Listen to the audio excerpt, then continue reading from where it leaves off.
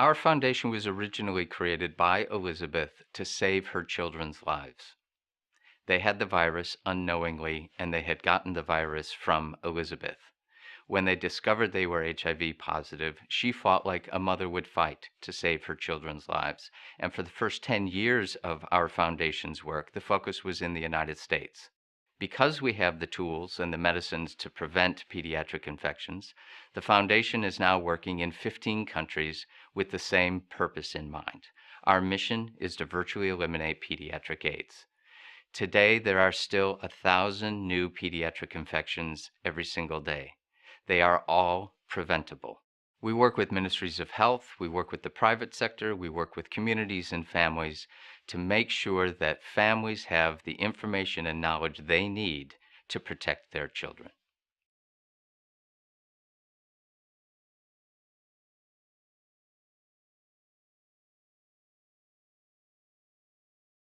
Our mission is to eliminate pediatric AIDS globally.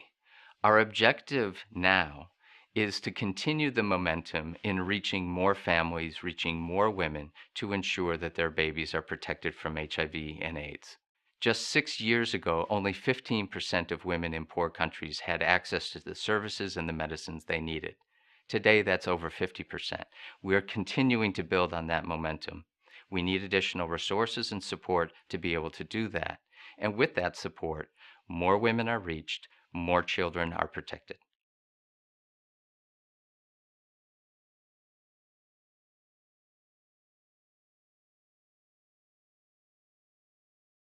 There are at least three really important leverage points for our organization and the way in which we work.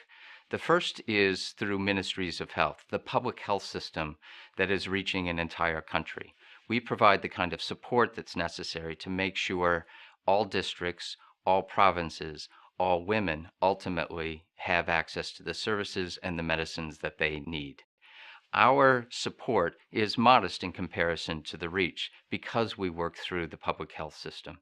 The second most important leverage point is mothers themselves. They are the most effective communicators at the community level. They are the ones, when they have the knowledge and the information they need, to not only make sure that they are accessing services, but that their neighbors, their friends, their other family members do likewise. It's vitally important to engage women in women's health. The third leverage point is the private sector.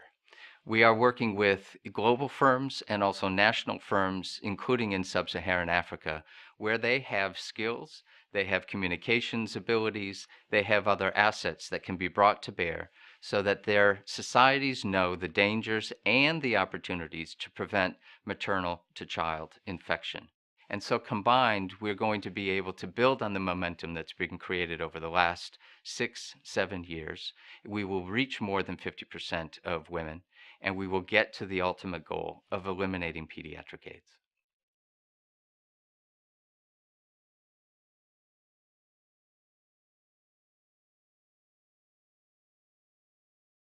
I think where we've been most effective, it's because of how we work and with whom we work. We have three interconnected strategies that are our priorities. One is research around pediatric AIDS. Second is advocacy around pediatric AIDS. And the third key strategy is implementing programs that achieve the result of reducing new pediatric infections. But we do this in partnership with others. No single organization can tackle this problem on their own. We work with the public health system, with ministries of health. We work with the private sector. We work with other organizations that have a shared commitment to eliminating pediatric AIDS. But maybe most important of all is that we are a data-driven organization. We measure, we monitor, we know when we're achieving our results. We know when we have to course correct. We know when we have to take other steps to get more women to visit clinics, hospitals, to get the services they need to ensure that their babies are protected.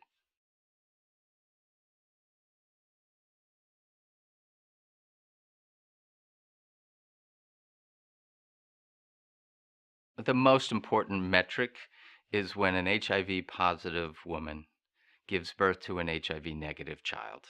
That is what we seek to accomplish. But globally, you have to start family by family, community by community.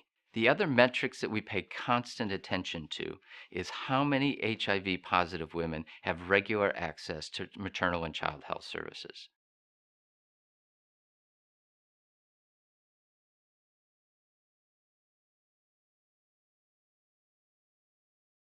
I think there are a number of people that don't realize that the success of the Elizabeth Glaser Pediatric AIDS Foundation in the United States prompted the foundation to begin work in many other countries, particularly in sub-Saharan Africa. And so the bulk of our work today is across East, West, and Southern Africa. I think also a number of people that just don't hear as much about HIV and AIDS today as they did, say, 8 or 10 years ago, don't realize that even though there isn't a vaccine yet, and we're working to get a vaccine and have a cure, there is a solution. We can eliminate pediatric AIDS. We do have the medicines. We do have the ability to virtually ensure that no child is born with HIV and AIDS.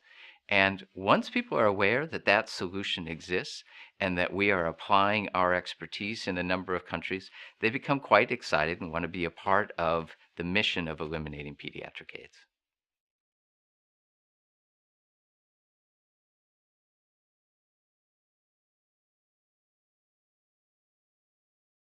Across the 20 plus year history of the foundation, there really are a number of accomplishments that we as staff and our donors are most proud of. First and foremost, it's the role that Elizabeth Glaser herself played in the United States to really change the narrative and the understanding in the United States about the epidemic and its threat to families and children.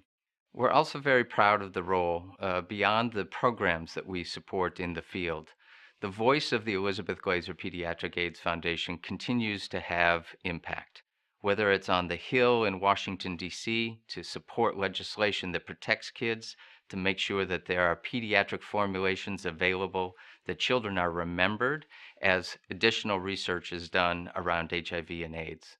The Elizabeth Glaser Pediatric AIDS Foundation has also been particularly effective with a number of other partners just in the last year, where for the first time, the international community has come together around a coordinated global plan to virtually eliminate pediatric AIDS. That was unthinkable 3 or 4 years ago. And our organization, working with many others, has been able to convince political leaders, donors, and others that the opportunity to eliminate pediatric AIDS is real, it needs to be coordinated, and it needs additional investment.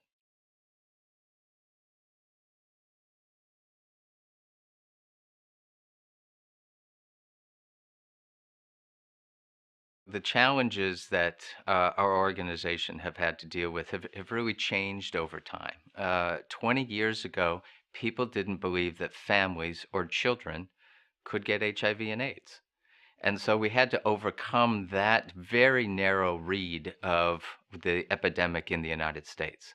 I'd say today in the United States, one of the biggest challenges is a sense of complacency. I don't think almost anybody knows that there are still 50,000 new infections in the United States every single year. There is not the same awareness. There are not enough people that get tested. Too many people in the United States that have HIV don't know their own status because it isn't considered a major public health problem in the United States the way it was 20 years ago. That has to change. In other countries where we're working, there are a number of challenges that we continue to face in our work. I would say the overarching one is a matter of stigma. People are afraid to say they have HIV and AIDS. They may be afraid to go and get tested for fear of finding out they have HIV. In that kind of environment, you're limiting the information that you have. You're therefore not going to take the steps. You're not going to go to the clinic as often as you should. You may not have the information, the counseling, the care that you need to ensure specifically if you're HIV positive and pregnant, that your child is protected. And so we continue to fight the issue of stigma. We also have to fight and recognize the issue of gender, of women's roles and rights in their communities to make decisions that are best for their own health and for the health of their children. In resource poor environments, there's also the challenge of the public health system, an insufficient number of healthcare professionals who may need more training, who may need to have additional responsibilities to incorporate HIV and AIDS services within maternal and child health.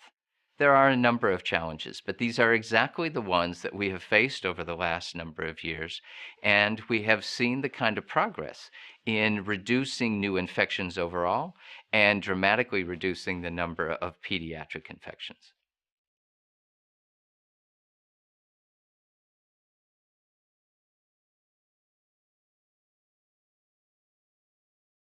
With additional resources, our foundation would be able to reach more women. We'd be able to protect more children, and we would be able to save more lives. Specifically, we would invest in additional operations and implementation research so that we close the gap in the number of women who are HIV positive and pregnant, but who are not regularly visiting clinics, prenatal, perinatal, postnatal kinds of visits. We would increase our advocacy and communications work so that all women had the information they needed so that they would seek out those services to protect themselves and to protect their children. We'd be able to train more healthcare workers, and in particular, provide more lay counselors, women who themselves are HIV positive and who have had children, who provide counseling and support for other women in the community or in the area. Probably the single most effective way of increasing the number of women who go to clinics to see doctors to get the services that they need. With more resources, we would be able to do what we are doing, but reach more families in the countries in which we're working. We are in 14 of the 22 highest incidence countries in sub-Saharan Africa. We would also be able to bring our work to additional countries where we're not presently working, but where there's a request for our support. There's a great deal more we could do. We could reach many more people with additional support.